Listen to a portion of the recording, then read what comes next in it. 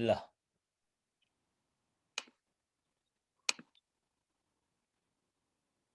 नमस्कार। हरि ओम।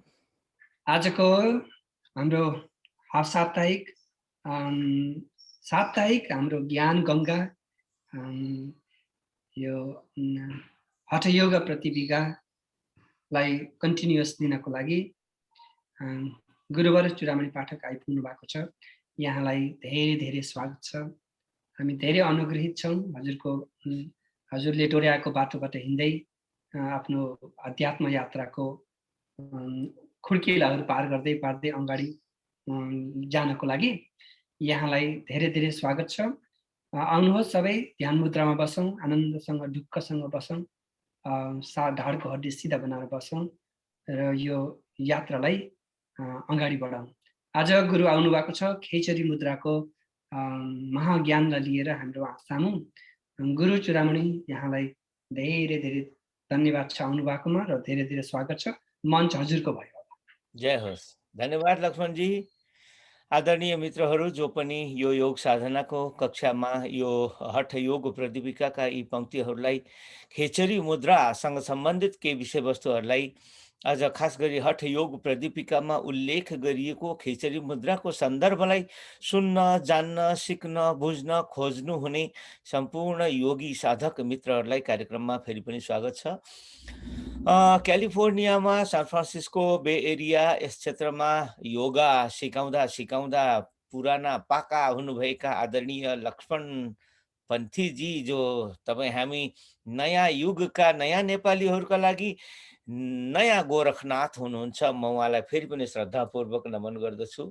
यहाँकै उपक्रमले यहाँले घुचेटेर भनौँ न, यहाँले घुचेटेर म पनि अब योग शास्त्रमा धेरै जान्ने भइसकेँ। अब तैँले जाने छस् भन्नुहुन्छ, अनि भन्दै जाँदाखेरि, पढ्दै जाँदाखेरि, बुझ्दै जाँदाखेरि आफै बुझिँदो रहेछ। मेरो समेत कल्याण गरिदिनु भएको छ। धन्यवाद लक्ष्मणजी।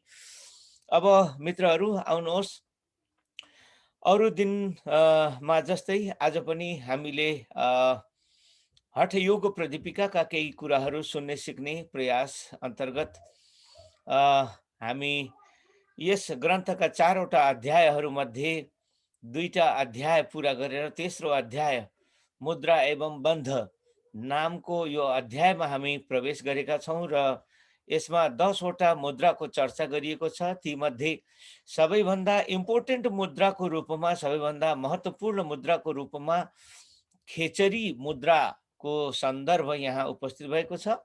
खेचरी यो आफैमा यस्तो अद्भुत योग क्रिया हो जसलाई जति व्याख्या गरे पनि थोरै हुन्छ। त्यस्तो अत्यन्तै राम्रो मुद्रा, अत्यन्तै महत्त्वपूर्ण मुद्रा, योगको आजको विश्व बजारमा सबैभन्दा बढी योगीहरूले प्र्याक्टिस गरेको या गर्न चाहने मुद्रा, यो बडा खतरनाक मुद्रा। यदि सिद्ध गर्न सक्यो भने फेरि यो आकाशमा उड्ने खालको चाहिँ नि शरीर लिएर आकाशमा उड्ने खालको मुद्रा, यस्तै यस्तै के अनेक अनेक अद्भुत खालको यो खेचरी मुद्राको सन्दर्भमा आज हामी उपस्थित भएका छौँ। आउनुहोस्, हाम्रो यो हठ योग प्रदीपिका नामक ग्रन्थमा खेचरी नामको मुद्राको कसरी परिचय दिइएको छ र यसको बारेमा के कसरी गर्ने, यसलाई खेचरी मुद्रा गर्दाखेरि, सिक्दाखेरि, प्र्याक्टिस गर्दाखेरि के कस्ता कुराहरू हामीले गर्नुपर्छ, जान्नुपर्छ र त्यसबाट के कस्तो चमत्कारहरू अथवा के कस्ता यसका यौगिक रिजल्टहरू, फलहरू हामीलाई प्राप्त हुन्छ भन्ने कुरा यो करिब 22वटा श्लोकमा बताउने प्रयास गरिएको छ। 22वटा श्लोक भनेको धेरै नै हुन्छ। अब यो आधा घन्टामा अघि पछिको जस्तो आधा घन्टामा नसकिन पनि सक्छ, समय 35-40-45 मिनट पनि लाग्न सक्छ। म आज खेचरी मुद्राको बारेमा यहाँहरू समक्ष यी 22वटा श्लोकले सङ्केत गरेका कुराहरूलाई स्पष्ट पार्ने कोसिस गर्दैछु। आउनुहोस् आरम्भ गरौँ। सबैभन्दा पहिले यो पहिलो श्लोक यहाँ हाम्रो अघिल्तिर उपस्थित छ। कपाल कुहरे जिह्वा प्रविष्टा विपरीतगा भ्रुवो अन्तर्गता दृष्टिर मुद्रा भवति खेचरी। यो श्लोकहरूलाई पनि एउटा पाठ गर्ने हुन्छ, एउटा गान गर्ने हुन्छ। पाठ गर्ने कुरालाई मैले भर्खर सुनाएँ, अब गान अथवा यसलाई अलिकति राम्रो सुनिने ढङ्गले पनि कपाल कुहरे जिह्वा प्रविष्टा विपरीतगा भ्रुवोरन्तर्गता दृष्टिर् मुद्रा भवति खेचरी।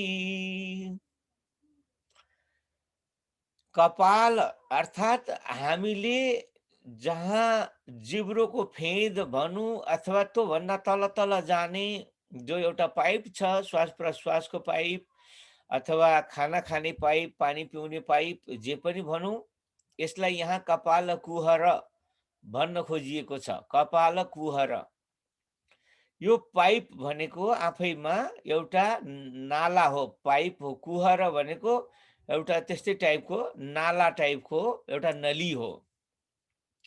जिह्वा प्रविष्ट विपरीतगा, अब जिब्रोलाई फर्काएर यसरी हामी जिब्रो फर्काउने कोसिस गर्यौँ भने त्यो जिब्रो फर्केर त्यही जिब्राकै फेदतिर, जिब्राको टुप्पोलाई जिब्राको फेदतिर लैजाने कुरा गर्दैछ। विपरीतगा जिह्वा, विपरीत बाटोमा गएको जिब्रो कपाल कुहरे प्रविष्ट, अर्थात् यो नालीभित्र तल प्रवेश गर्छ। अनि त्यस्तो बेलामा भ्रुवो, भ्रुवो भनेको आँखी भाउ, यी दुईटै आँखी भाउको अन्तर्गता दृष्टि, बीचमा दृष्टि परोस्।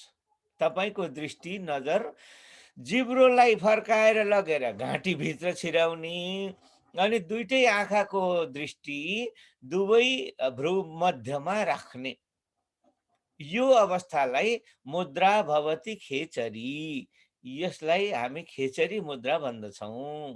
भने यो खेचरी मुद्राको प्रथम श्लोकले हामीलाई खेचरी मुद्राको बारेमा सङ्केत गर्यो। उल्टो फर्काएर जिब्रोलाई भित्र लैजाने र लक गर्ने अनि दुईटै आँखाको भ्रु मध्यमा आँखालाई टिकाउने, यही नै खेचरी मुद्रा हो।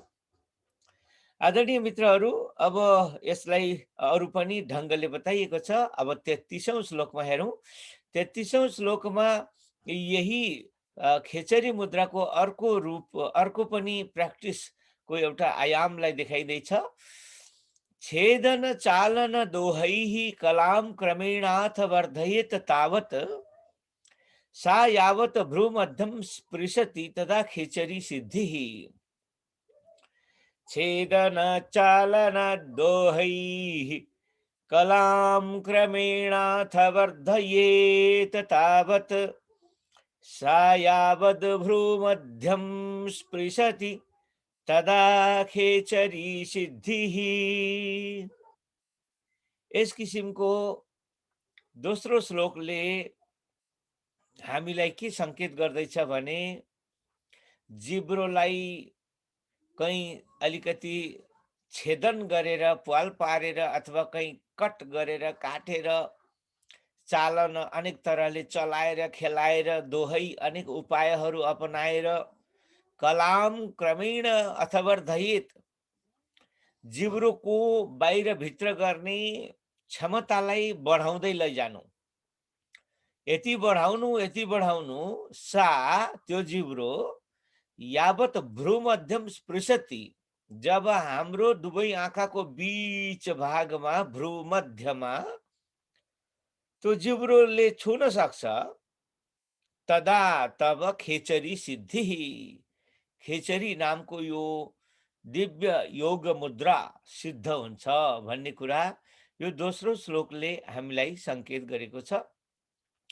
आदरणीय मित्रहरू, दुईटा अवस्था देखिए। एउटा जिब्रोलाई भित्रपट्टि लगेर अनि भ्रूमध्यमा आँखालाई टेकाएर नेत्रको दृष्टि भ्रूमध्यमा अड्याउनु, यो एउटा खेचरी मुद्रा हो भने अर्को फेरि जिब्रोको तलपट्टिका अनेकन भागहरूमा ती नस नाडीहरू जसले जिब्रोलाई बाहिर निस्कन पर्याप्त मात्रामा भित्र बाहिर खेल्न दिँदैनन्, त्यस्ता नस नाडीहरूलाई छेदन गरेर, काटेर अनि अनेक तरहले सञ्चालन गर्ने प्र्याक्टिस गरेर अनि जिब्रोलाई बाहिर निकाल्ने, बढीभन्दा बढी बाहिर निकाल्ने कोसिस गर्दै अनि दुवै आँखाको भ्रू मध्यमा जिब्रोलाई लगेर टेकाउने यो क्रम, एउटा जिब्रोलाई भित्र फर्काउने, एउटा बाहिर ल्याएर आँखाको भ्रू मध्यमा जिब्रोलाई छुवाउने। यसरी जिब्रोकै खेल यो सारा खेचरीमा देखिन्छ। जिब्रोलाई दुई दुई तरहले यस्तो प्रकारले हामीले जब जिब्रोको अभ्यास गर्छौं, सा यावत भ्रू मध्यम स्पृशति तदा खेचरी सिद्धि, तब यो खेचरी नामको यो मुद्रा सिद्ध हुन्छ भन्ने कुरा हठ योग प्रदीपिकाका लेखक योगी स्वात्मारामजीले आफ्नो यो मुद्रा एवं बन्ध नामको अध्यायमा 33औं श्लोकमा संकेत गर्नुभयो। अब यसै गरी अघिल्लो श्लोकमा हेरौं, 34औं श्लोकमा यो 33औं श्लोकमा छेदन भनेर जुन शब्द आयो, काटेर अथवा छेड पारेर, प्वाल पारेर अथवा यो जिब्रोको कुनै भागमा काट्ने संकेत जो गर्दैछ, त्यो कुरालाई स्पष्ट पार्न कहाँ कसरी के काट्ने भन्ने कुरालाई बताउँदै यो 34औं श्लोक अब अगाडि हेरौं। स्नुहि पत्र निभम शस्त्रम सुतीक्ष्णम स्निग्ध निर्मलम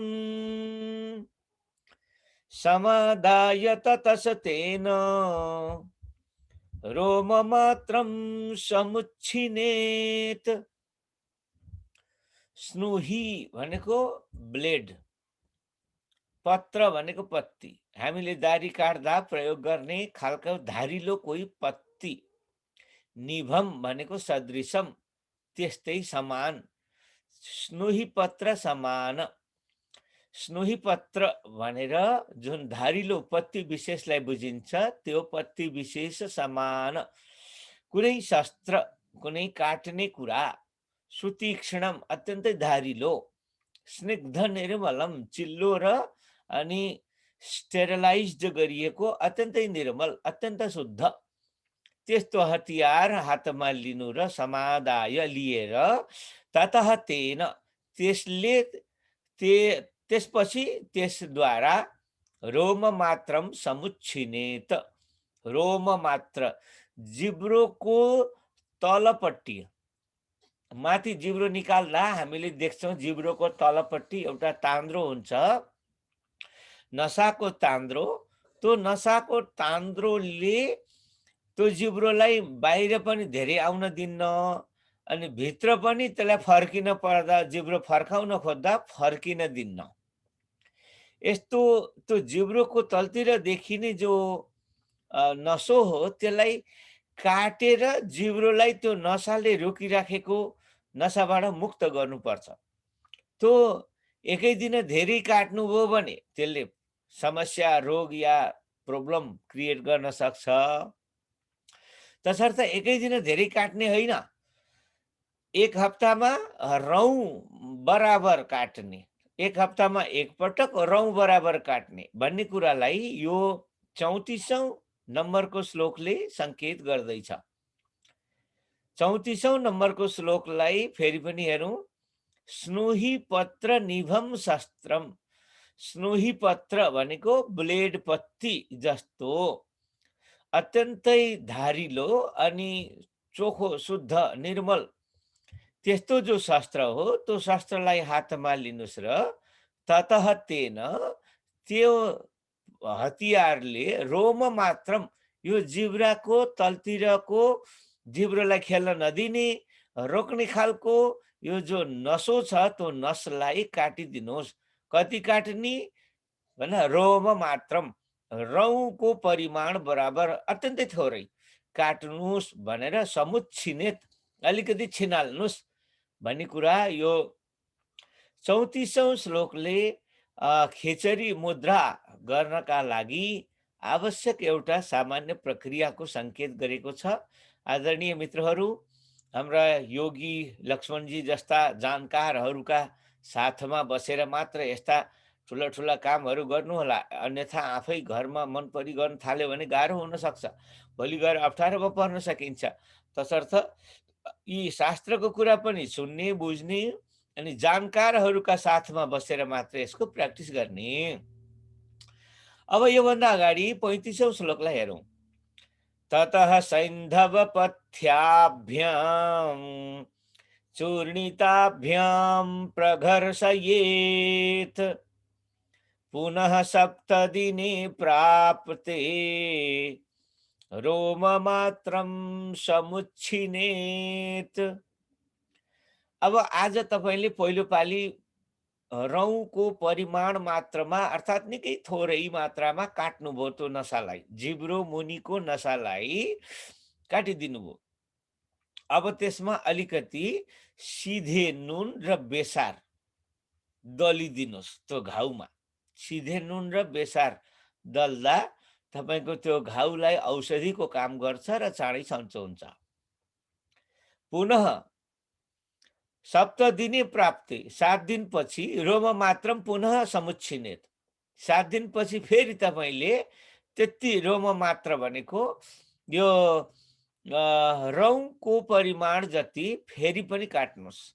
1 हप्तामा एकपटक यसै गरी काट्नुहोस् र यो सिधे नुन र बेसार त्यसमा त्यो घाउमा लगाउँदै जानुहोस् ताकि तपाईँको घाउ सन्चो हुँदै जाओस् भन्ने कुरा यो 35औं श्लोकमा बताइयो। आदरणीय मित्रहरू, अब अघिल्लो श्लोक हेरौँ। 36औं श्लोकमा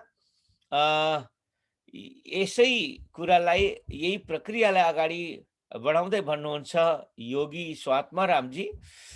एवं क्रमेण षण्मासं नित्ययुक्तः समाचरेत् षण्मासात् रसनामूल शिराबन्धः प्रणश्यति।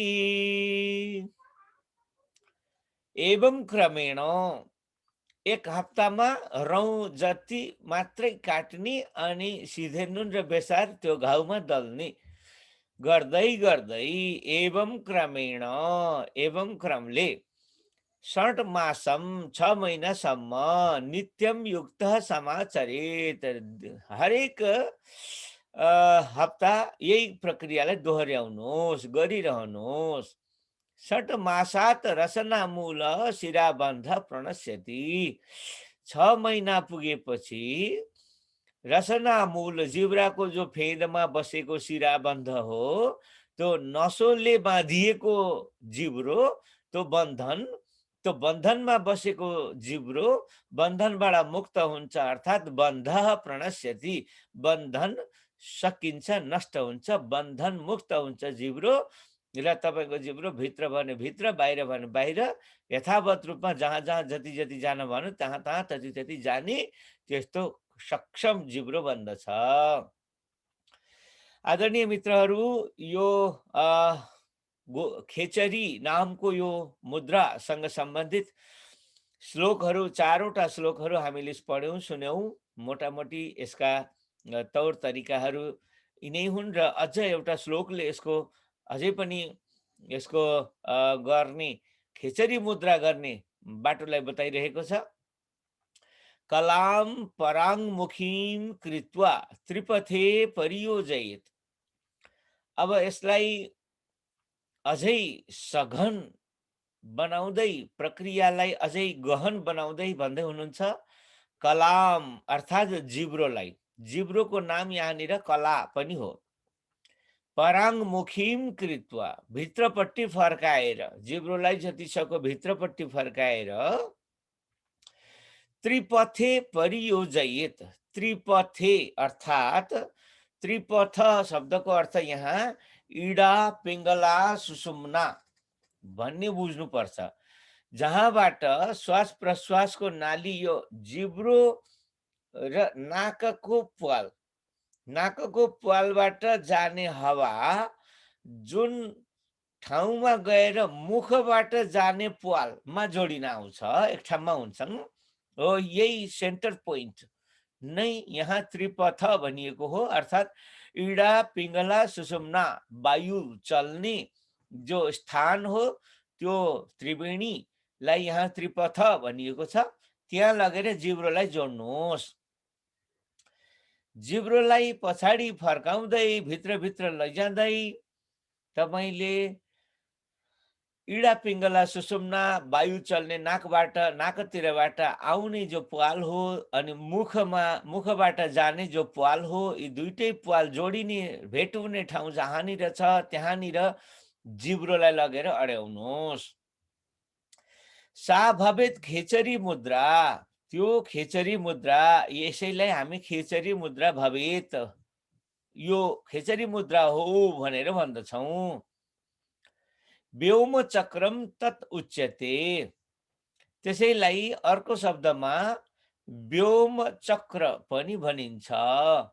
व्योम भनेको आकाश, चक्र भनेको त्यसमा चरण गर्न सक्ने क्षमता विशेषको मुद्रालाई व्योम चक्र भनेर वेदादि शास्त्रमा खेचरी मुद्रा भन्नु र व्योम चक्र भन्नु एउटै कुरा हो।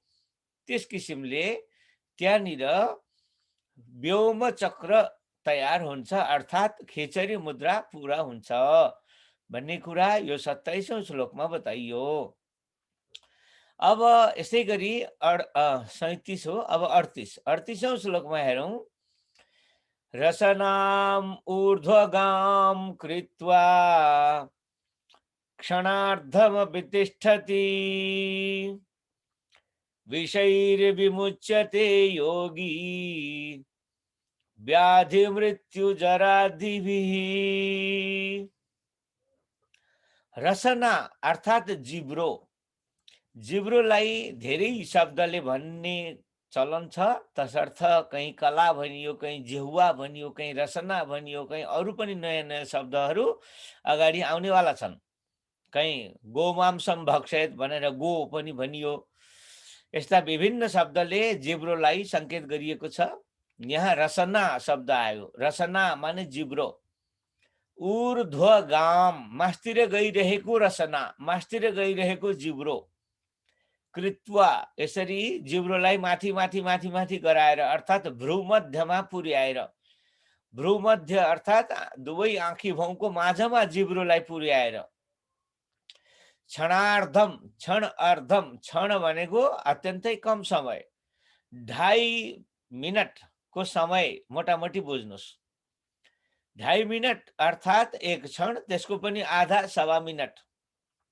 1.25 मिनट पनि जो कोही बस्दछ भने विषैर्विमुच्यते योगी, अब त्यो योगीलाई कुनै प्रकारको विष लाग्दैन, कुनै प्रकारको जहरले उसलाई स्पर्श गर्दैन, प्रभावित गर्न सक्दैन।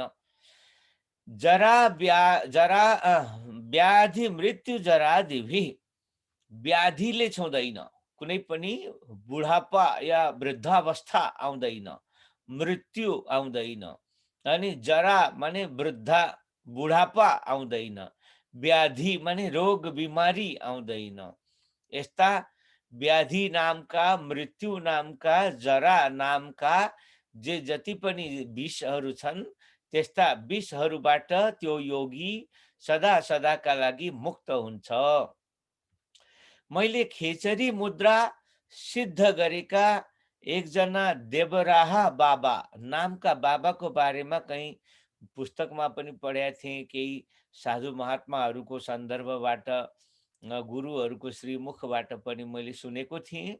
खेचरी मुद्रा, यस्ता खेचरी मुद्रा सिद्ध गरेका देवराहा बाबा त्रेता युगदेखि जीवित हुनुहुन्थ्यो, कही हजार वर्षको उहाँको आयु थियो भनिन्थ्यो। उहाँ एउटा जमिनभन्दा अलिकति माथि त्यस्तै एउटा टाँड बनाएर बस्ने गर्नुहुन्थ्यो। त्यो टाँडमा कोही पनि माथि जान पाउँदैनथ्यो, सबैलाई माथिबाटै हातले आशीर्वाद दिनुहुन्थ्यो, सोधेका प्रश्नहरूको उत्तर दिनुहुन्थ्यो। त्यस्ता देवराहा बाबा धेरै वर्षसम्म धेरै संसारभरिका मान्छेहरूलाई उ गर्दै, तपाईँको आशीर्वाद दिँदै, योग साधनाको महिमालाई बताउँदै अनेक लामो समयसम्म तपाईँ हामी सबैलाई उपकार कल्याण गर्दै धेरै समयसम्म यसको प्रचार प्रसारमा व्यस्त रहेको कुरा हामी सुन्न पाउँछौँ, देख्न पाउँछौँ, बुझ्न पाउँछौँ। अब आजको सन्दर्भमा म फेरि पनि अघिल्लो श्लोकलाई यहाँनिर सङ्केत गर्दैछु। यो यो खेचरी मुद्राको सन्दर्भमा अब अघिल्लो श्लोकमा 39औं श्लोकमा आदरणीय योगी स्वात्मारामजी भन्दै हुनुहुन्छ, यसको फल, खेचरीको फल, न रोगो मरणम तन्द्रा, न निद्रा न क्षुधा तृषा, न च मूर्छा भवेत् तस्य यो मुद्राम वेत्ति खेचरी। जसले खेचरी नामको यो मुद्रालाई जान्दछ त्यसलाई न रोगो, रोग पनि हुँदैन, मरणम मृत्यु पनि हुँदैन, न तन्द्रा, उसलाई कुनै प्रकारको आलस्य पनि आउँदैन, न निद्रा, निद्रा लागेर हामीलाई जस्तो 8 घण्टा सुत्नु पनि पर्दैन, न क्षुधा, भोक पनि लाग्दैन, न तृषा, कुनै तिर्खा लाग्ने अवस्था पनि हुँदैन, न च मूर्छा, मूर्छाको अवस्था पनि हुँदैन। तस्य यो मुद्राम वेत्ति खेचरी, जसले खेचरी नामको यो मुद्रालाई राम्ररी जान्दछ, बुझ्दछ, गर्दछ, त्यसलाई यी सबै कुराहरूबाट मुक्त हुन्छ भन्ने कुरा यो श्लोकमा बताइयो। अब यसै गरी अघिल्लो श्लोकमा हेरौँ, 40औं नम्बरको श्लोकमा यही खेचरीका फल कथन गरिएको छ। पीड्यते न स रोगेण, लिप्यते न च कर्मणा, बाध्यते न स कालेन, यो मुद्राम वेत्ति खेचरी। त्यो खेचरी मुद्रा जसले जान्दछ वा जसले प्र्याक्टिस गर्ने गर्दछ उसलाई कुनै रोगले पीडा दिन सक्दैन, कुनै कर्म बन्धनमा बाँधिन सक्दैन, बाँधिनु पर्दैन, अनि समयको, कालको बन्धनमा पनि ऊ बाँधिनु पर्दैन।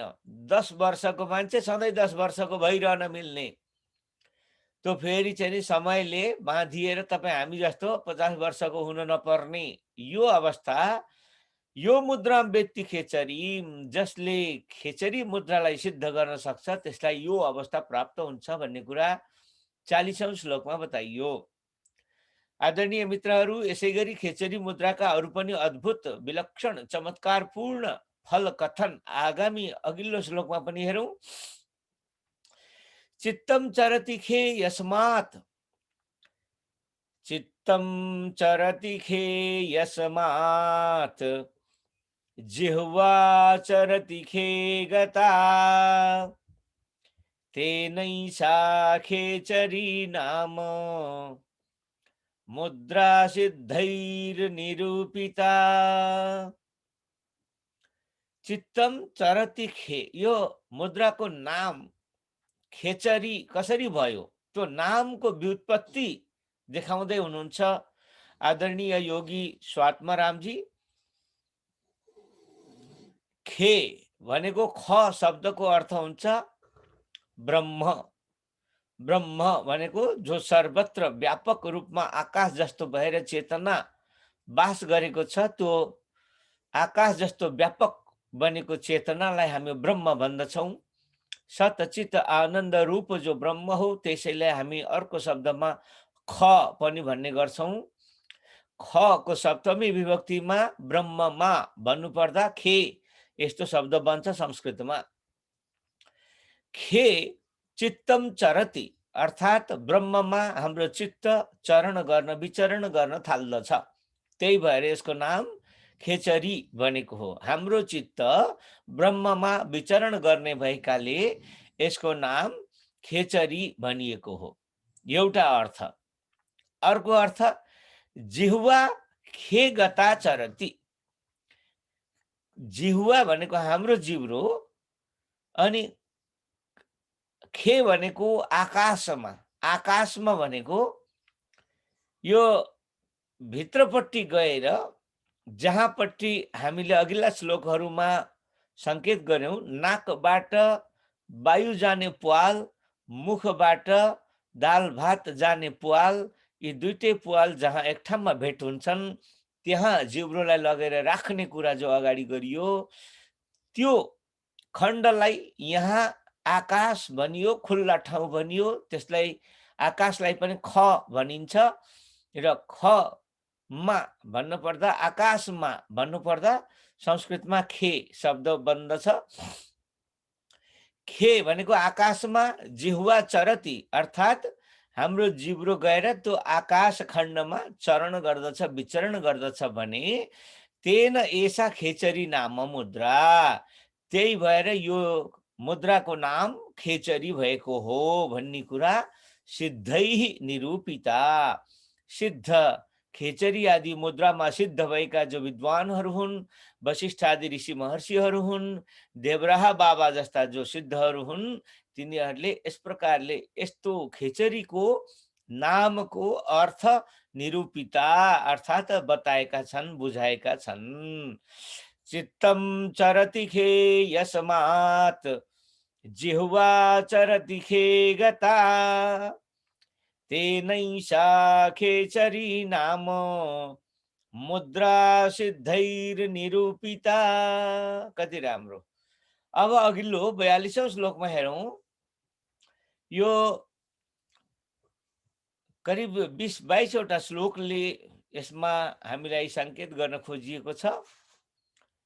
अब 42औं श्लोकमा के भन्नुहुन्छ भने खेचरिया मुद्रितम येन विवरम लम्बिकोर्ध्वतः न तस्य क्षरते बिन्दुः कामिन्या श्लेषितस्य च।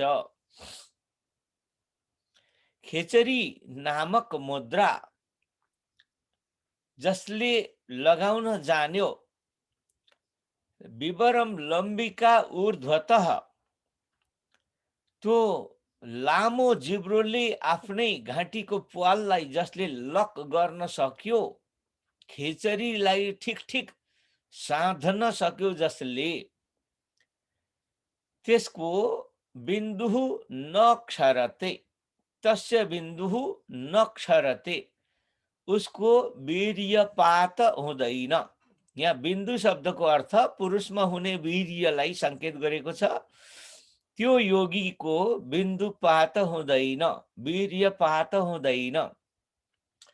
कामिन्या श्लेषितस्य च, कामिन्या अर्थात् कुनै अत्यन्तै काम वासनाले भरिपूर्ण युवतीसँग टाँसिए तापनि, जोडिए तापनि, अनि काम वासना युक्त एक्टिभिटी, गतिविधि, यौन क्रीडा आदि गरे तापनि त्यसको बिन्दु नक्षरती। जो खेचरी मुद्रामा सिद्ध रहन्छ त्यसको बिन्दु अर्थात् वीर्य पतन हुँदैन। यहाँसम्मको यस्तो इम्पोर्टेन्ट यो खेचरी मुद्राको महिमा फल कथन बताइयो। न तस्य क्षरते बिन्दुः कामिन्या श्लेषितस्य च। कामिनीसँग श्लेषित हुँदाखेरिमा पनि खेचरी मुद्रामा सिद्ध हुने सिद्ध साधुको बिन्दुः न क्षरते, बिन्दुको पतन हुँदैन, वीर्यपात हुँदैन।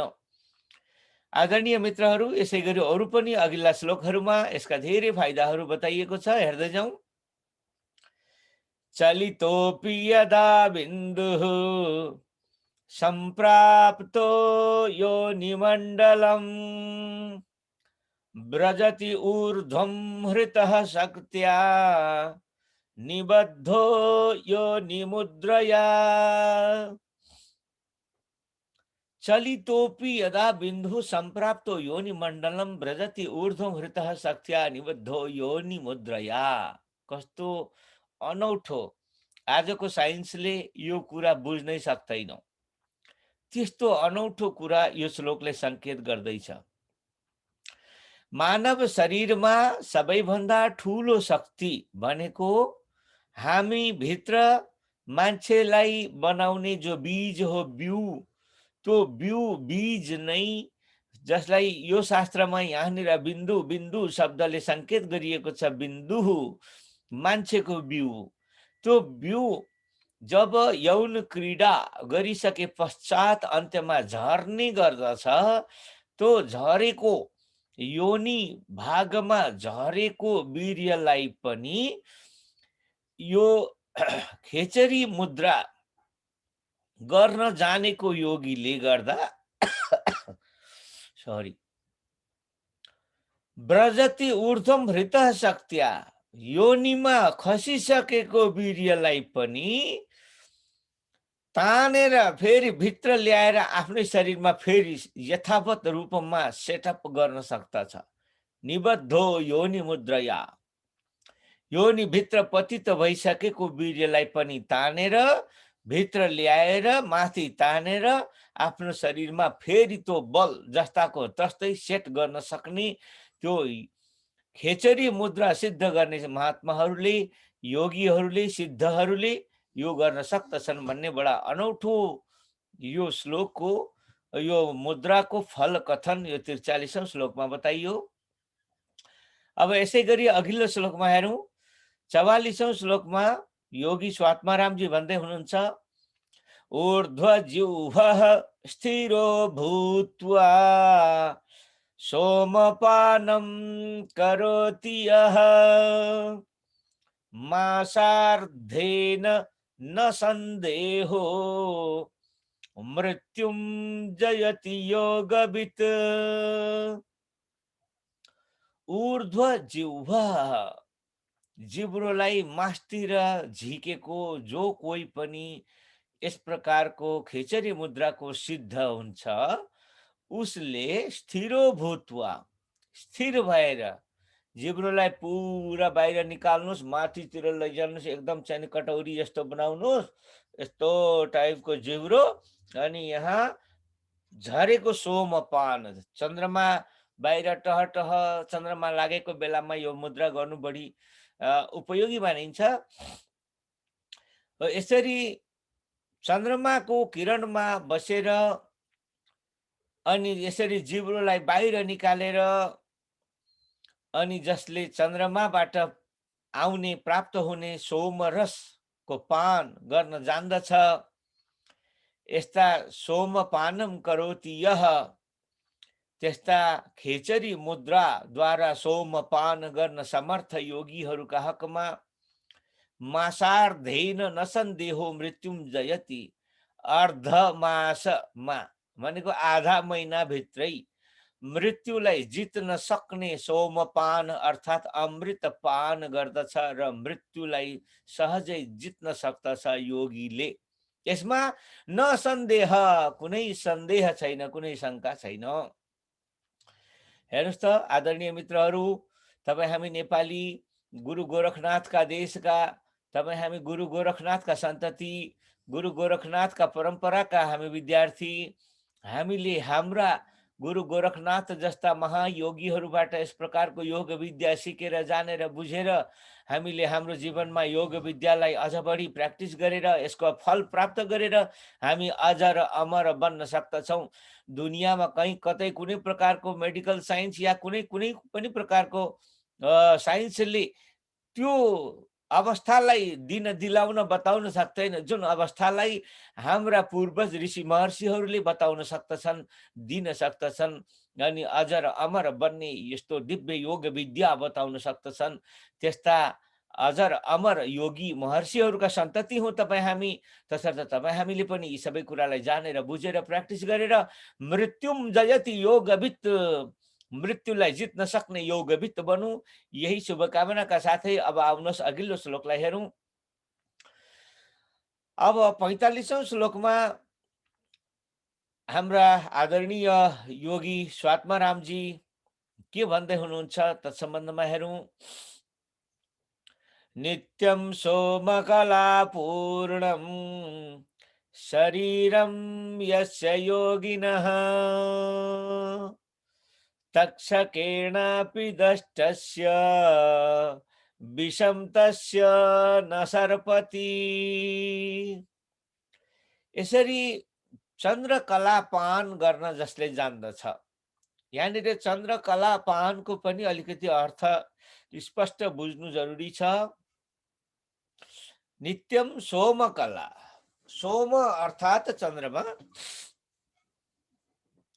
सोम चन्द्रमाको किरणमा बसेर हामीले चन्द्रमाका कलाहरूलाई पहिले हेरौँ, जानु, बुझौँ। औँसीको दिन चन्द्रमा 0 कलामा हुन्छ भने पूर्णिमाको दिन चन्द्रमा पूर्ण 15औं कलामा हुन्छ।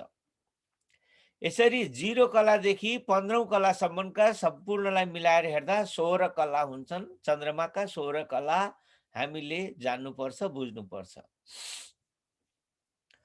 यसरी जसले चन्द्रमाको यो कला अनुसार प्रतिदिन जिब्रोलाई भ्रूमध्यमा टेकाएर अनि सोमको अर्थात् चन्द्रमाबाट वृष्टि हुने जुन अमृत छ, सोम छ, त्यो सोमलाई जसले पान गर्दछ, नियमित रूपमा पान गर्दछ।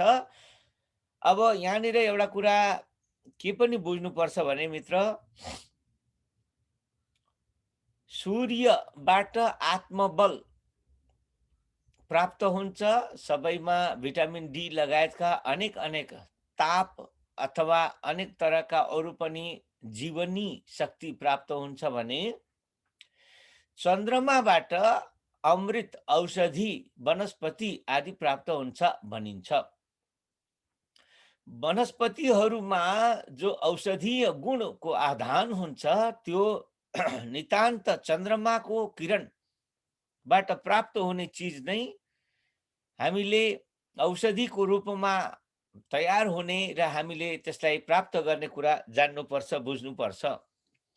चन्द्रमाको किरणबाट अमृत वर्षा भइरहेको हुन्छ। त्यही अमृतलाई वनस्पतिहरूले लिने गर्दछन् र त्यही वनस्पतिहरूले अमृत पान गरेकाले वनस्पतिहरू आफैमा औषधीय गुणयुक्त बन्दछन्। यो हरेक दिन जसरी यो खेचरी गर्ने साधकले पनि खेचरी सिद्ध गरेर यसरी चन्द्रमाबाट प्राप्त हुने अमृत वर्षालाई आफूमा शोषण गर्न थाल्यो, शोषण गर्न सक्यो, त्यो अमृतलाई खेचरी मुद्राका माध्यमले तान्न सक्यो भने जसरी म्याग्निफाइड ग्लास लिएर घाममा राख्यो भने त्यसले घामका छिरलिएका किरणलाई एकत्रित गरिदिन्छ र कागज लगायतका त्यस्ता वस्तुहरू चाँडै नै धप्प बल्न थाल्दछन्। ठिक त्यस्तै खेचरी मुद्राबाट सोमपान गर्न जान्यो भने पनि सर्वत्र छिरलिएर आइरहेको अमृतत्व उसले सहजै त्यो म्याग्निफाइड ग्लासले सूर्यका किरणलाई एकट्ठा गरे जस्तै यो खेचरी मुद्राले त्यो छिरलिएर आएको अमृतलाई एकट्ठा गरिदिन्छ र आफैभित्र अमृत पान गर्न समर्थ हुन्छ। यसरी नित्यम सोमकला पूर्णम शरीरम यस्य योगिनः, यसरी सबै कलाहरूमा चन्द्रमाको साइज अनुसार ठुलो सानो सबै ढङ्गले सोमपान गर्न जान्यो। धेरै अमृत पिउन पनि सक्ने, थोरै अमृत पिउन पनि सक्ने, सबै ढङ्गका विभिन्न रूप आकार साइजका अमृतको पान गर्न सक्ने जो योगी हुन्छ त्यसको शरीरमा तक्षक नामको नाग, जो साह्रै डरलाग्दो विषालु नाग मानिन्छ, तक्षक नागले डस्यो भने पनि त्यसलाई विष लाग्दैन। विषम तस्य न सर्पति, त्यसलाई सर्पको विष लाग्दैन। आदरणीय मित्रहरू, यो 45औं श्लोकसम्म आइपुग्दा हामीले यो खेचरी मुद्रासँग सम्बन्धित अत्यन्तै इम्पोर्टेन्ट यसका फल कथनहरू सुनिरहेका छौँ। खेचरी मुद्रा गर्न अलिकति समय लाग्छ, धेरै मेहनत लाग्छ, अथवा जानकार योगीका साथमा बसेर यसको प्र्याक्टिस गर्नुपर्छ र यो यदि सिद्ध गर्न सक्यौँ भने यसले अद्भुत चमत्कार जीवनमा उपस्थापित गर्छ।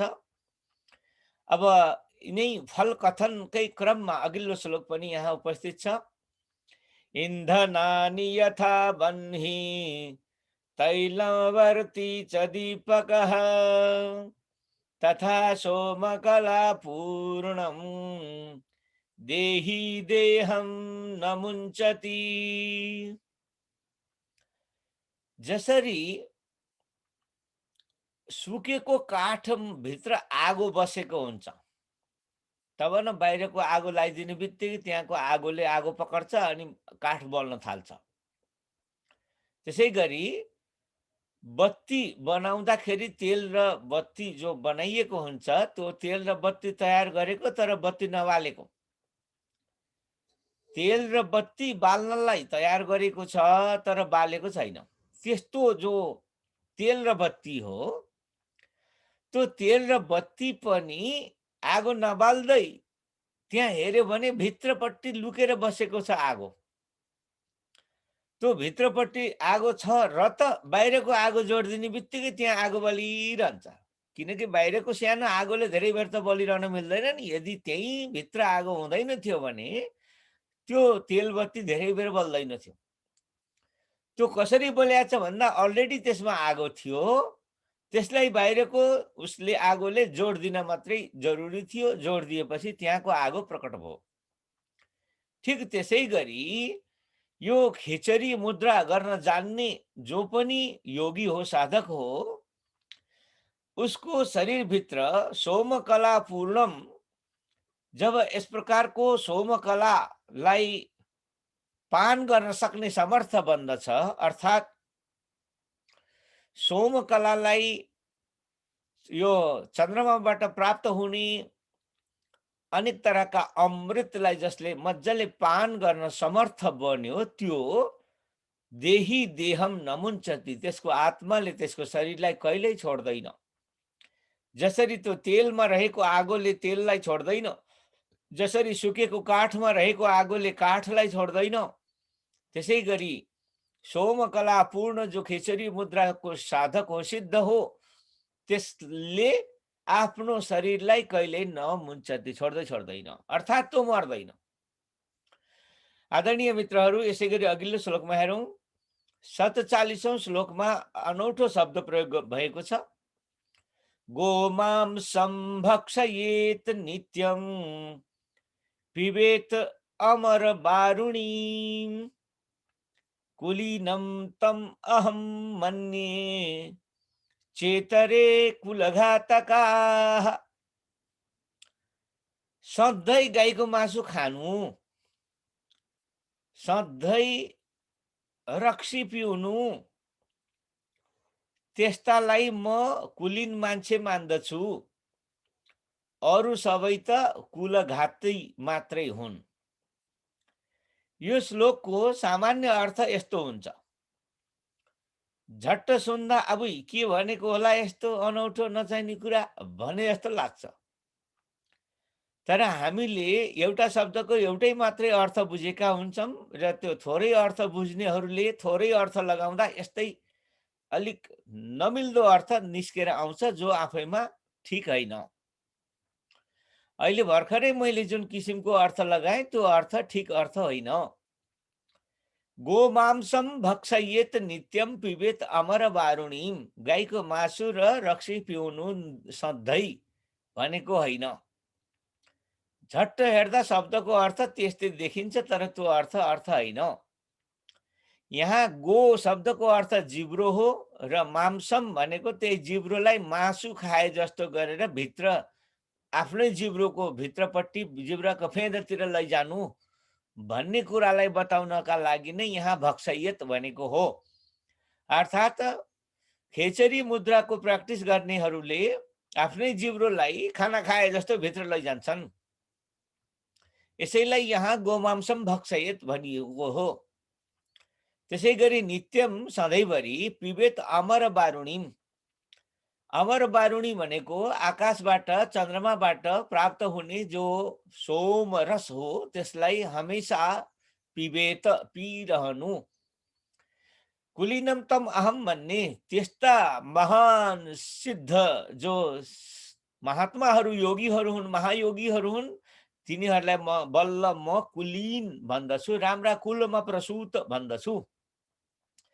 इतरे कुलघातकाः, अरू जो जति पनि छन् ती सबै कुलघाती हुन्, अर्थात् योगीको कुलमा आएका तर योगमा सिद्ध नभएका, खालि चाहिँ नि अब के भन्ने त्यसलाई असिद्ध साधक मात्रै भएका, सिद्ध हुन नसकेका त्यस्ता साधकहरू हुन् भनेर म मान्दछु भनेर आदरणीय योगी स्वात्मारामजी यो श्लोकमा संकेत गर्दै हुनुहुन्छ।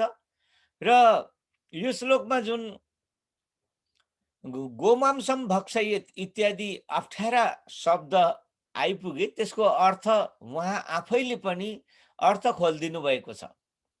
अघिल्लो श्लोकमा हेरौँ त्यसको अर्थ अझ स्पष्ट पार्ने कोसिस यो श्लोकमा पाइन्छ। गो शब्देनोदिता जिह्वा तत्प्रवेशो हितालुनि गोमांस भक्षणं तत्तु महापातकनाशनम्।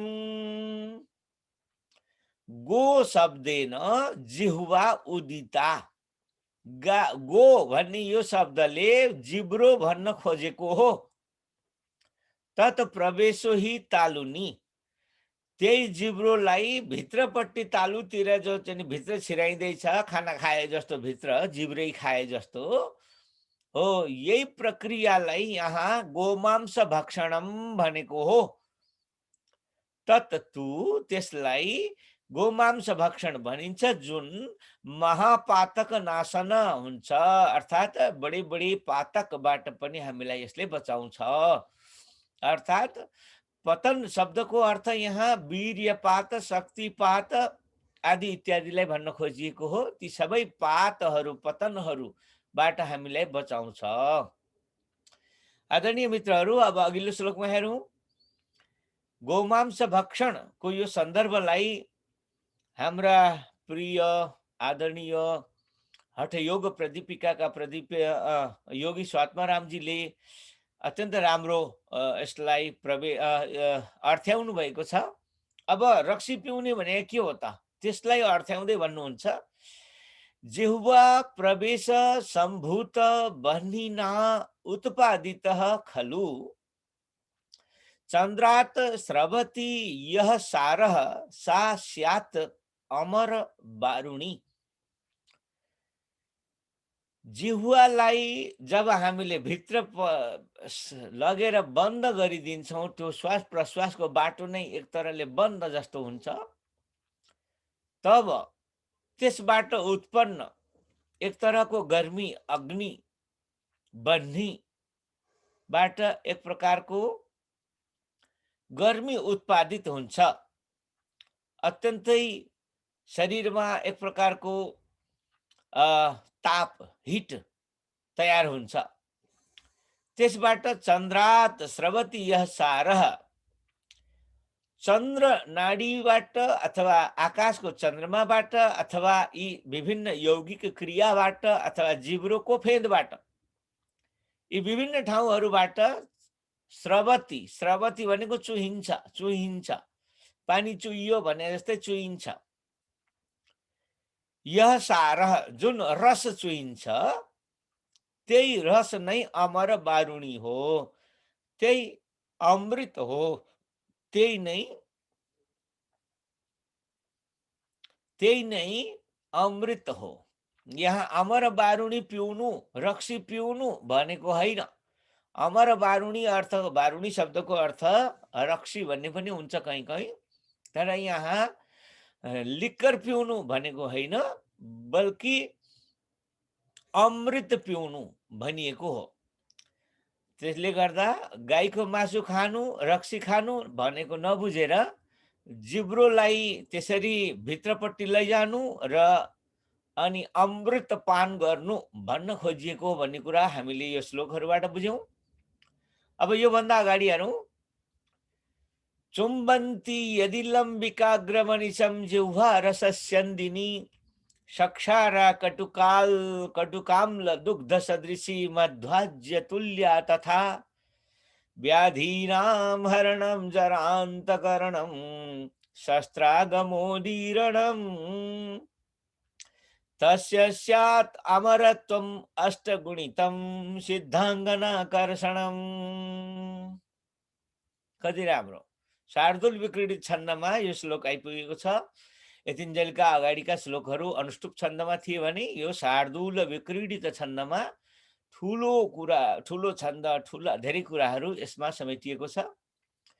चुम्बन्ति यदि लम्बिकाग्रमनिशं जिह्वा रसस्यन्दिनी, यो जिब्रोलाई बाहिर ल्याएर भ्रूमध्यमा टेकाउनुहोस्। भ्रूमध्यमा टेकाउँदा यो जिब्रोको फेदबाट रस अमृत वर्षा हुन्छ। जिब्रोको फेदबाट सक्षारा, अलिअलि नुनिलो हुन्छ त्यो, कटु तितो पनि हुन्छ त्यो, अम्ल अलिअलि अमिलो अमिलो पनि हुन्छ त्यो, दुग्ध सदृशी दुध जस्तो पनि हुन्छ त्यो, मधु कहिलेकाहीँ त्यो मह जस्तो गुलियो पनि हुन्छ, कहिलेकाहीँ आज्य आज्य भनेको घिउ जस्तो पनि हुन्छ, तुल्या यस्तो यो रसको स्वाद हुन्छ। यसले के गर्छ भन्दा व्याधिनाम हरणम, सम्पूर्ण रोगहरूको नाश गर्छ, जरान्तकरणम, जरा अर्थात वृद्धावस्थालाई अन्त गरिदिन्छ, शस्त्रागमोदीरणम, अनेक तरहका अस्त्र शस्त्रहरूले पनि काट्न नसक्ने त्यस्तो शरीर बनाइदिन्छ। त्यसै गरी तस्य स्यात् अमरत्वम, त्यो योगी अमर बन्दछ, अष्टगुणितम, अष्टगुणित अर्थात अष्ट सिद्धि लगायतका गुणहरूले पनि त्यो सम्पन्न हुन्छ। अनि सिद्धाङ्गनाकर्षणम, साक्षात जो आकाशका स्वर्गका अप्सराहरू हुन् उनीहरूले सिद्धहरूलाई चिन्दछन्, त्यस्ता सिद्धाङ्गना यी अप्सराहरू पनि यस्ता सिद्धहरूको आकर्षण बन्दछन्, सिद्धहरूलाई देखेर आकृष्ट हुने गर्दछन्। आदरणीय मित्रहरू, हामीले यो खेचरी मुद्रा र यसबाट प्राप्त हुने फल सुन्दै आइरहेका छौँ र योभन्दा अघिल्लो श्लोकमा अब हेरौँ। खेचरी मुद्राको फल कथनका सन्दर्भमा हामीले धेरै कुराहरू सुनिरहेका छौँ र अझै केही कुराहरू यसबाट प्राप्त हुने लाभहरू खेचरी मुद्राको विषयमा देखिने कुराहरू यो श्लोकमा अझ 2-4वटा श्लोकमा भनेर यो पुरा हुँदैछ। मूर्धनः षोडशपत्र पद्मगलितं प्राणात् अवाप्तं हठात् ऊर्ध्वास्यो रसनां नियम्य विवरे शक्तिं परां चिन्तयन् उत्कल्लोलकलाजलं च विमलं धारामयं यः पिबेत् निर्व्याधिः समृडालकोमलवपुः योगी चिरं जीवति। हाम्रो मूर्धा अर्थात शिरको भाग देखि लिएर षोडश पत्र पद्मगलितम, 16 जो कला हो सोमको चन्द्रमाको, त्यो सबैले भरिपूर्ण भएको प्राणात् अवाप्तम हठात्, त्यस्तो खेचरी मुद्राबाट प्राप्त दिव्य प्राण प्राप्त गरेपछि ऊर्ध्वास्यो रसनाम नियम्य विवरे शक्तिम पराम चिन्तयन, यो जिब्रोको उसलाई मुखको मास्तिरपट्टि लगेर विवर प्वालमा टाँसेर पराम शक्तिम चिन्तयन, पराशक्तिको चिन्तन गर्दा उत्कल्लोलकला जलम च विमलम धारामयम यह पिबेत, त्यसबाट जिब्रोबाट सर्र बग्ने जो अमृतमय विमल धारा हो त्यसलाई जसले पिउँदछ,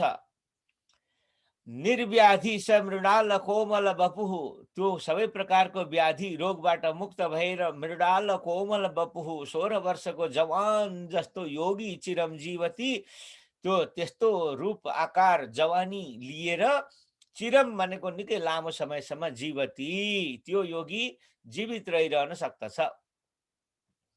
यसै गरी अघिल्लो श्लोकमा हेरौँ। यत प्रालेयम प्रहित सुशिरम मेरुमूर्धान्तरस्थम तस्मिंस्तत्त्वं प्रवदति सुधीः तन्मुखं निम्नगानां चन्द्रात् सारः स्रवति वपुषः तेन मृत्युर्नराणां तद्वधनीयात् सुकरणमथो नान्यथा काय सिद्धिः। यो खेचरी मुद्रा गर्ने कुनै पनि सिद्धले तस्मिंस्तत्त्वं, आफ्नो शरीरलाई शिरदेखि मूलाधारसम्मको यो मेरुदण्डलाई अत्यन्त सिधा राखेर अनि त्यो अमृतपान सम्पूर्ण शरीरभरिमा प्रसार गर्न सक्ने समर्थ बन्दछ। तन्मुखम निम्नगानाम, जसले जिब्रोलाई भित्रपट्टि पल्टाएर अमृतपान गर्ने गर्दछ, त्यसको त्यो अमृत सम्पूर्ण शरीरमा प्रसारित हुन्छ। चन्द्रात् सारः स्रवति वपुषः, त्यो अमृतले उसको चेहरा उसको शरीर सम्पूर्ण देदीप्यमान हुन्छ, चम्किलो बन्दछ। अनि तेन मृत्युर्नराणाम, अनि मान्छे अर्थात् यो मुद्राको साधना गर्ने साधकलाई पनि सम्यकतया राम्ररी सिद्ध गर्न सकेमा यसले राम्रो हुन्छ, सिद्ध हुन्छ। अन्यथा न काय सिद्धि, यदि यसलाई ढङ्गसँग गर्न सकिएन भने फेरि यसले हामीले चाहिएको जस्तो जुन सिद्धि हो त्यो सिद्धि प्रदान गर्न सक्दैन। तसर्थ आदरणीय मित्रहरू, यो खिचडी मुद्राको प्र्याक्टिस गर्दा जानकारहरूका साथमा बसेर गर्नु नै सबैभन्दा लाभप्रद हुन्छ। यसै गरी अघिल्लो श्लोकमा हेरौँ, सुशिरम ज्ञानजनकम पञ्चस्रोतः समन्वितम तिष्ठते खेचरी मुद्रा तस्मिन् शून्य निरञ्जने। सुशिर अघिल्लो श्लोकमा आयो। सुशिर शब्द भनेको के हो, त्यसको अर्थ लगाउँदै भन्दै हुन्छ ज्ञानजनक, ज्ञानको स्रोत 5 वटा मानिन्छन्, ती सबैलाई सुशिर भनिन्छन्। अनि खेचरी मुद्रा तिष्ठते, सुशिर अर्थात् ज्ञानका 5 वटा स्रोतले समन्वित भएर जसले खेचरी मुद्रामा बस्न जान्दछ, गर्न जान्दछ, तस्मिन् शून्य निरञ्जने, ऊ चाहिँ निरञ्जन भावमा प्राप्त हुन्छ, अर्थात् जीवितै छँदै ब्रह्म भावमा प्राप्त हुन्छ, अर्थात् ऊ अर्थात् ब्रह्ममा पुगेको अवस्था बन्दछ। योभन्दा अघिल्लो श्लोकमा पनि हेरौँ। अब समयले हामीलाई अलिकति चाँडो चाँडो गर्न परेकाले हामी चाँडो चाँडो गर्ने पनि कोसिस गर्दैछौँ।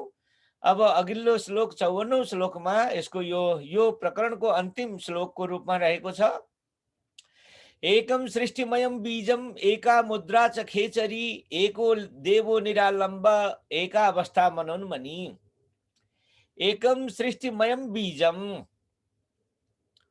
तपाईँ हामीले मनुष्यको रूपमा मनुष्यको बिउ, पशुहरूको रूपमा पशुको बिउ, अनि पन्छीहरूको बिउको रूपमा पन्छीहरूको बिउ, अनेकन अनेकन वनस्पतिहरूको बिउको रूपमा अनेकन बिउ, यसरी बिउ देखेका छौँ जताततै।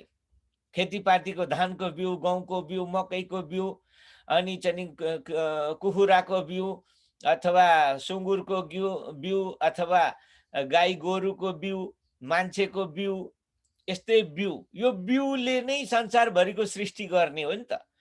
यो एउटा बिउले हजारौं सृष्टि गर्छ। एकम सृष्टिमयम बीजम, यो बिउ भनेको सम्पूर्ण सृष्टिको बिउ हो, एक छ, त्यो एक छ। त्यसै गरी एका मुद्रा छ खेचरी, खेचरी नामको मुद्रा पनि संसारभरि अरू विभिन्न छन् मुद्रा, तर पनि खेचरी बल्ल त्यो एक यस्तो मुद्रा हो जुन मुद्राले तपाईलाई सबै उपलब्धिहरू, योगका राम्रा चमत्कारहरू उपलब्ध गराउन सक्छ। त्यो खेचरी मुद्रा नै एउटा मात्र मुद्रा हो। यसै गरी अघिल्लो भावमा भन्दै हुनुहुन्छ एको देवो निरालम्ब, निरालम्ब अर्थात् निर्गुण निराकार परब्रह्म परमात्मा नै एउटा मात्र देवता हो। किनकि अरू त त्यही परब्रह्म परमात्माबाट निस्केका भेद उपभेदहरू हुन्। त्यसै गरी एकावस्था मनोन्मनी, तपाईँ हाम्रो मन शान्त भएर बस्ने जो अवस्था हो, मनोन्मनी अवस्था, हामीले अगाडि पढेर पनि आयौँ, त्यो अवस्था मात्र शुद्ध अवस्था हो, राम्रो अवस्था हो। तसर्थ यो श्लोकले के भन्न खोजिएको छ भने एका मुद्रा छ खेचरी, खेचरी मुद्रा नै एउटा यस्तो इम्पोर्टेन्ट मुद्रा हो जो सबैभन्दा महत्त्वपूर्ण मुद्रा हो। यो मुद्रा जसले जान्यो, जसले यसलाई पार लगायो, जसले यसलाई बुझ्न सक्यो, जसले यसलाई गर्न सक्यो, जो यसमा सिद्ध हुन सक्यो, उसको कल्याण भयो। आदरणीय मित्रहरू, हाम्रो यो तेस्रो ज्योति थर्ड आई अन्तर्गत यो कार्यक्रम सुन्नुहुने मित्रहरू अथवा हामीलाई युट्युबमा हेर्नुहुने सुन्नुहुने हाम्रा सम्पूर्ण मित्रहरू सबै हाम्रो परिवारका सदस्य हुनुहुन्छ। यहाँहरू सबैलाई खेचरी मुद्राको यो लामो प्रवचन श्रृङ्खलालाई हठयोग प्रदीपिकामा आधारित भएर यहाँहरू समक्ष व्याख्यान विश्लेषण गर्ने जो मौका दिनुभयो यसका लागि यहाँहरूलाई धन्यवाद भन्दै आजको कार्यक्रमबाट अब समय पुरा हुँदै गर्दा म यसलाई यही पूर्णता प्रदान गर्दै आदरणीय यो कार्यक्रम बनाउनमा सहयोग गर्नुहुने आदरणीय लक्ष्मण पन्थीजीलाई पनि फेरि पनि बारम्बार धन्यवाद भन्दै म कार्यक्रमबाट विराम लिन्छु। आगामी दिनमा फेरि पनि यस्तै कार्यक्रमहरू लिएर यहाँहरू समक्ष आइरहनेछु। यही शिव सङ्कल्प गर्दै अन्त्यमा आउनुहोस्, कार्यक्रमको अन्त्यमा पूर्णता मन्त्र पाठ गरौँ। ॐ पूर्णमदः पूर्णमिदं पूर्णात् पूर्णमुदच्यते पूर्णस्य पूर्णमादाय पूर्णमेवावशिष्यते। ॐ शान्ति शान्तिः शान्तिः। हरिः ॐ। जय होस्। जय होस्। धन्यवाद गुरुवर। प्रभु।